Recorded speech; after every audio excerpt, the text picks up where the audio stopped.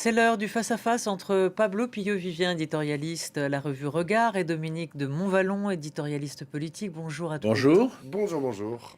La guerre mobilise l'opinion et inquiète les Français, et c'est dans ce contexte que le premier tour des municipales vont se dérouler ce dimanche. Les candidats font leur campagne sans la presse mobilisée par la guerre. Un cas de conscience s'impose pour les socialistes, les accords avec la France insoumise, après les propos de Jean-Luc Mélenchon sur la prononciation de non-juifs. Le Parti socialiste a voté la semaine dernière une résolution pour condamner les caricatures complotistes et les propos antisémites de Jean-Luc Mélenchon et demande au soutien du leader de LFI de se désolidariser de Mélenchon en promettant qu'il n'y aura pas d'alliance au second tour. Pourtant, il y en a une soixantaine d'alliances au premier. Donc on ne peut pas véritablement parler de rupture totale. Il reste visiblement une ambiguïté. Cette ambiguïté, elle est dans les urnes, elle est électorale, hein, pour garder des places, évidemment. Alors, il s'avère que cette rupture actée par le Parti socialiste, elle est quand même historique. Depuis 1962, le principe, c'était au second tour, que ce soit aux législatives ou aux municipales, la réunion des gauches, soit un désistement dans le cas de la députation, soit un mélange des listes en fonction des pourcentages au premier tour. Ce qu'a fait le Parti socialiste, c'est qu'il a acté la fin de ce principe. Après, ça reste un principe. Déjà, entre 1962 et 2026, il avait souffert d'exceptions, parce que parfois, pour des raisons qui d'accusations de corruption, qui d'inimitié entre les candidats locaux, il y avait finalement deux listes, des triangulaires, avec deux listes de gauche au deuxième tour, ou deux candidats de gauche. Là, c'est la même chose. C'est-à-dire qu'il y a un principe qui est énoncé par le Parti socialiste, comme il y a un principe qui a été énoncé par Europe Écologie Les Verts. Derrière, il y a des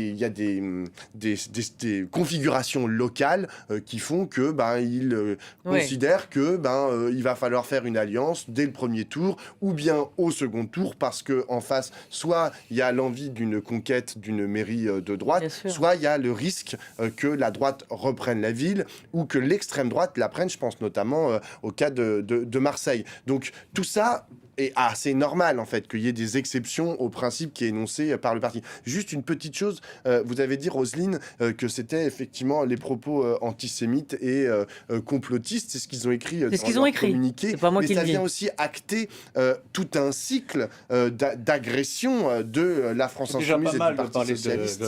Non, mais parce qu'il y a mal de constater l'antisémitisme et le complotisme. Oui, mais il y a aussi la question de la violence, il y a la question du vote, du non-vote, de la censure. Enfin, je veux dire, ça fait longtemps qu'ils creusent, que d'un côté et de l'autre, que la France insoumise et le Parti socialiste creusent le sillon de leur inimitié, et que là, on est arrivé leur à exclusion, point, en fait, de leur exclusion réciproque, effectivement, de la gauche. Dominique, le PS, en réalité, vous allez répondre, mais a besoin de LFI, ce que dit Pablo, dans les urnes. Alors attendez, si vous le dites comme ça, je vous entends, Roselyne. Si vous le dites comme ça, le PS a besoin de LFI et LFI a besoin du PS. Je veux dire, après, il y a une question de rapport de force. On va voir quel sera le rapport de force à la sortie des urnes. Je voulais juste dire d'abord que j'ai été frappé par le côté emphatique du propos initial de Pablo, qui dit c'est une rupture historique. Et puis alors, une fois qu'il a dit que la rupture est historique, admettons, enfin elle est en tout cas importante. Il n'y a pas vraiment de rupture. Et il faut l'analyser. Vous n'avez pas, Pablo, cessé, à juste titre, de relever déjà, il y en aura peut-être d'autres, les exceptions. Il y a des exceptions qui sont déjà programmées, il y en a d'autres qui peuvent venir. Écoutez, il aurait été, moi je dirais deux choses, il aurait été incroyable que les socialistes ne prennent pas acte de la dérive, ce que je tiens personnellement pour la dérive grave de Jean-Luc Mélenchon. Maintenant, ce qui va compter, c'est le rapport de force. Rapport de force global entre gauche et droite, disons entre les gauches. Enfin, il y a, comme à droite, il y a la droite, l'extrême droite et l'ultra-droite. Gauche, extrême gauche, gauche radicale. Extrême gauche, ultra gauche. Maintenant, il y a 6 morceaux, inégaux en importance, mais 6 morceaux. On va voir ce que tout ça va donner. Il peut y avoir. Ce qui est important me semble-t-il, aux yeux des socialistes, et qui peut les amener à justifier ce qu'ils jugent pour le moment injustifiable, c'est le rapport de force entre eux. Si c'est les socialistes qui sortent en tête dans telle ville où, le moment venu, on aura l'occasion d'en reparler, au moment de la présidentielle, sortent en tête du conglomérat de gauche, à ce moment-là, les choses sont possibles. Si c'est Jean-Luc Mélenchon et ses amis, le blocage restera entier. C'est ça qui risque d'advenir, hein. La plupart du temps, les listes qui vont être en tête, ce sont les listes qui sont emmenées par les socialistes ou composées des socialistes. La France insoumise, dans toutes les villes de plus de 30 000 habitants. On est d'accord. Sauf Roubaix, à part Roubaix, La Courneuve, Évry et puis quelques-unes, il y a très peu de chances que le candidat ou la candidate insoumise arrive en tête. Donc c'est plutôt dans l'autre sens. C'est est-ce que les socialistes vont accepter de récupérer dans leur liste des insoumis, sachant que eux-mêmes, c'est très important, sachant que eux-mêmes ne veulent pas véritablement de fusion. Jean-Luc Mélenchon et Emmanuel Bompard ont parlé de fusion technique. Une fusion technique, ça veut dire ils rentrent sur les listes, c'est-à-dire qu'ils ne sont pas présents au second tour, en tant que liste autonome, ils rentrent dans les listes, mais ils ne veulent pas devenir adjoints, ils ne mélangent pas leurs projets, ils ne mélangent pas leurs programmes, et on imagine qu'une fois qu'ils siégeront au conseil municipal, ils appartiendront à l'opposition, ce qui pose, à mon avis, une foultitude de problèmes. Mais qui a le plus à perdre dans la division, LFI ou le PS ? Là, pour les municipales, c'est compliqué à perdre parce que la France insoumise n'a presque pas de conseillers municipaux, n'a presque pas de villes en France, donc il n'a presque pas de sortants. Donc de toutes les façons, peu importe le résultat qu'ils font, ce sera toujours mieux qu'en 2020. Le Parti socialiste arrive au municipal comme d'habitude parce qu'il a une plus grosse implantation locale. Le Parti socialiste est ancré dans la France. Il a des abattis, il a gagné des municipalités. Il faut qu'il les conserve. Donc le rapport de force n'est pas le même. C'est-à-dire qu'il y a David et puis il y a Goliath. Et le problème de David, c'est qu'il a envie de s'attaquer à Goliath. Le truc de Goliath, c'est qu'il a envie de rester Goliath. Donc on va voir comment tout ça. Mais moi, je pense que une des raisons du communiqué, au-delà des questions de valeurs et de principes qui sont importantes et qu'ils ont réaffirmé dans leur communiqué, négligeable, je pense, c'est pas quand même. Bien sûr, bien évidemment. Et il y a aussi la question du rapport de force dans les municipales. Et le rapport de force dans les municipales, c'est le PS est plus fort que la France insoumise. Plus implanté. Derrière le rapport de force qui va être analysé au municipal sur l'ensemble du territoire, il y a évidemment ce profil, on le sait, on l'entend, la future présidentielle. Mais après, au niveau local, c'est quand même important de regarder, parce que on dit oui, il va y avoir des exceptions avec la France insoumise. Au niveau local, l'attitude des candidats insoumis n'est pas du tout la même en fonction de qu'on est à Paris ou à Marseille, où ils tapent à bras raccourcis et de façon complètement folle et parfois obscène sur le candidat socialiste, Benoît Payan ou Emmanuel Grégoire, quand dans d'autres, quand vous prenez Toulouse par exemple, François Piquemal, il est très ferme sur sa radicalité, mais il ne tape pas à bras raccourcis sur le candidat socialiste. Non, mais j'enfonce les portes ouvertes. Un peu, mais à deux. Quelle école ? Mais voilà, il creuse. Mais je vois qu'avec François Piquemal, pour des LFI fréquentables. Non, pas fréquentables. Non, mais fréquentables au sens où ils acceptent l'idée d'un compromis. Mais attendez, je pense camarades surtout... que vous avez cités auparavant, c'est hallucinant. Déjà, il y avait des problèmes avant, mais maintenant, ils brutalisent le débat, ils radicalisent leur position, et ils sont en situation de dire sans nous, ce n'est que de la traîtrise idéologique. Je pense surtout qu'il ne faut pas créer d'irréparables d'irréconciliables entre les différentes listes de gauche, parce que à la fin, le juge de paix, c'est le peuple de gauche, c'est les électeurs de gauche, et eux, ils veulent tous l'unité. Alors, et la question va se poser sur la situation face au Rassemblement national. Désistement républicain de celui qui peut faire gagner vous parlez pourrait faire gagner des listes de droite RN. ou de... Non, de gauche, bien sûr, entre LFI, PS et RN en face. Non, mais on verra. Les cas qui peuvent être intéressants, alors on est en train de rentrer dans... Mais c'est normal, tout à fait normal. Les cas qui peuvent être intéressants, c'est les cas où la liste RN est éliminée parce qu'elle n'a pas atteint le seuil qui lui permette, ce ne sera pas le cas partout, mais ça peut être le cas. Que vont faire à ce moment-là les électeurs RN, enfin les électeurs d'extrême droite? Bon, voilà, C'est la même chose d'ailleurs en sens inverse. Mais exactement. Comment les électeurs d'extrême gauche, a fortiori d'ultra gauche, vont-ils arbitrer lorsqu'ils sont hors jeu à l'issue du premier tour et qu'ils ont à choisir? Est-ce qu'ils vont dire non, c'est la même chose, on n'en veut pas, ou Il s'avère que qu'est-ce que vous diriez vous d'ailleurs, l'un des ciments de la gauche, et on l'a vu au moment notamment de la création du nouveau Front populaire en l'espace de quelques heures, quelques jours, c'est l'antifascisme. C'est-à-dire c'est l'opposition résolue à l'extrême droite. Et donc dans ces cas-là, je pense notamment à Marseille, qui est un cas emblématique, où Sébastien Delogu est très agressif vis-à-vis du maire sortant socialiste Benoît Payan. C'est rien de le dire. C'est rien de le dire. Il y a un risque d'extrême droite avec l'arrivée de Franck Alizio, qui est le député, qui est le candidat.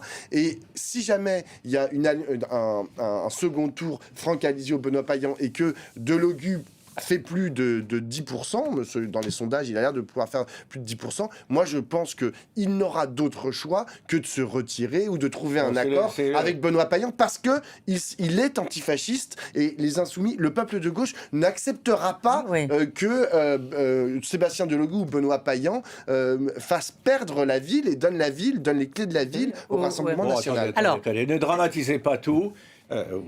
D'accord. D'abord, autour de Sébastien Delogu, je le dis sans mépris, etc., il y a quand même actuellement un bruit de casserole qui est entendu pas besoin d'être qui est entendu à distance.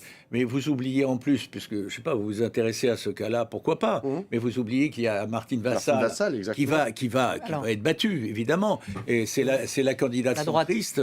De ses choix dépendront probablement, et avant ceux de Delogu, le résultat de la municipale. On va dire un mot de Paris, à droite, avec le parti d'Éric Zemmour, qui cherche aussi à faire des alliances avec la droite et Rachida Dati. Les sondages sont serrés entre le candidat de la gauche, Emmanuel Grégoire, et Rachida Dati, et Sarah Knafo, donc, du parti zemmouriste, fait les yeux doux à la droite, qui semble impassible. On l'écoute. Paris peut passer à droite. C'est historique. Après 25 ans de socialisme, nous n'y arriverons qu'à une seule condition: en nous unissant. Personne ne peut gagner seul. Voilà, elle pense que Paris peut gagner si la droite se rassemble à Paris. Est-ce qu'elle rêve en jaune? D'abord, je trouve assez drôle, assez plaisant qu'elle ait choisi comme couleur emblématique le jaune, qui jusqu'ici n'était pas forcément une couleur porteuse politiquement. Enfin bon, passons. Souvent synonyme de traîtrise. Ah oui? Le jaune, oui. Un jaune. Enfin bon. Ah oui, je vois ce que vous voulez dire. Bon, oui, pardon. c'est assez drôle, mais vous avez dit un mot poli. Au moins, ça la singularise. Écoutez, qui sait ce qui va sortir du scrutin parisien? Qui le sait? Moi, je ne sais pas. Il y a indiscutablement une poussée à droite, mais il y a une division générale qui ne permet pas de prévoir ce qui sortira le moment. Non, mais c'est pas ce que je vous demande. Mais cet accord-là, a priori, tout le monde cherche des accords, en fait. C'est normal. Tout le monde dit se détester différence... et avoir ce fameux cordon sanitaire. Et finalement, le cordon sanitaire, à un moment, il va, comme tout cordon, il a comme objectif à être coupé. Il était placé autour du RN. Et elle se situe ailleurs. Elle fait oublier qu'elle est la compagne d'Éric Zemmour.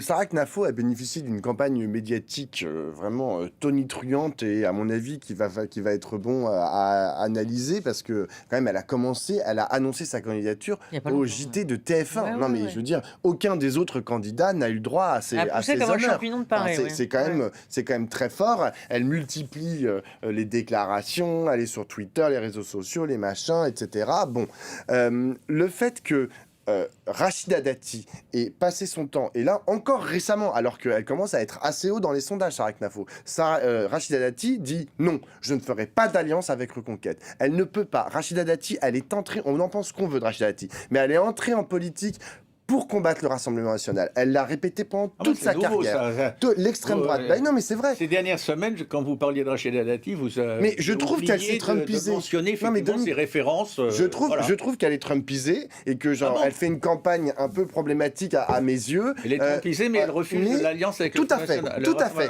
Elle ne peut pas. Et d'ailleurs, elle a dit, c'était son isolement complet. Mais je veux dire, les gens sont complexes et Rachida Dati est une femme complexe, comme beaucoup. Et ce qu'elle a dit sur CNews, pour ne pas la citer, on lui dit mais vous allez faire alliance avec Sarah Knafo, parce que sur CNews ils aimeraient bien qu'elle fasse alliance avec Sarah Knafo. Et en fait elle répond je ferai une alliance avec les Républicains et il y a des Républicains sur la liste de Madame Knafo et on dit mais avec Sarah Knafo. Et elle dit non, avec Reconquête je ne peux pas. Et c'est ça le problème. C'est là qu'elle met un coin là-dedans et elle dit non, ma limite en fait c'est Sarah Knafo, Reconquête, je ne veux pas de candidat Reconquête sur ma liste. Après, de toutes les façons, comme je dis pour la gauche, ça vaut aussi pour la droite, l'arbitre des inélégances ou des élégances, c'est les électeurs. Et il s'avère que les électeurs de droite, ils sont assez unanimes jusqu'à Emmanuel Macron, jusqu'aux électeurs macronistes non compris. Mais tous les autres, ils sont assez pour une alliance des droites, pour faire remporter, j'imagine qu'il y a dans vos plaidoyers répétitifs pour l'alliance des gauches irréconciliables. Voilà, c'est la réalité. Attendez. Attendons, je vous propose une chose. Attendons le soir, c'est pas pour attendons le soir du premier tour et les résultats qui vont tomber. Ils nous surprendront parce que la démonstration a été faite maintes fois que ce ne sont pas les sondages qui disent la réalité. Merci Dominique. Il y aura des choses qui vont se passer dans les toutes dernières heures et ça bousculera complètement la donne. Merci à tous les deux. Et effectivement, on attend dimanche et dimanche d'après le second tour, évidemment. Merci à vous.